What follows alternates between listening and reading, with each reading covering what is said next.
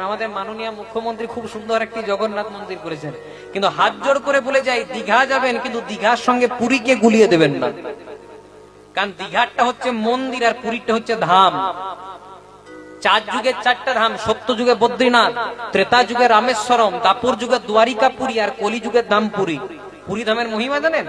একসঙ্গে 7-8টা পাত্রে রান্না হয়, যেটা নিচে থাকে তাতে আঁচ বেশি লাগে, তাতে আগে রান্না হওয়া দরকার। কিন্তু জগন্নাথের অপার মহিমায় যেটা সবচেয়ে উপরে থাকে তাতে আগে রান্না হয়।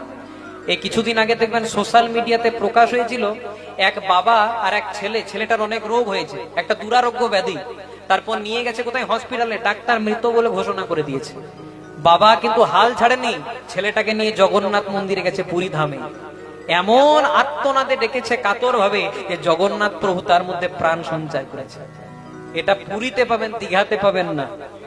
দীঘা যাবেন, মাছ ভাজা খাবেন, ঢেউ নেবেন, খুব ভালো ব্যাপার, কিন্তু পুরীর সঙ্গে গুলিয়ে দেবেন না।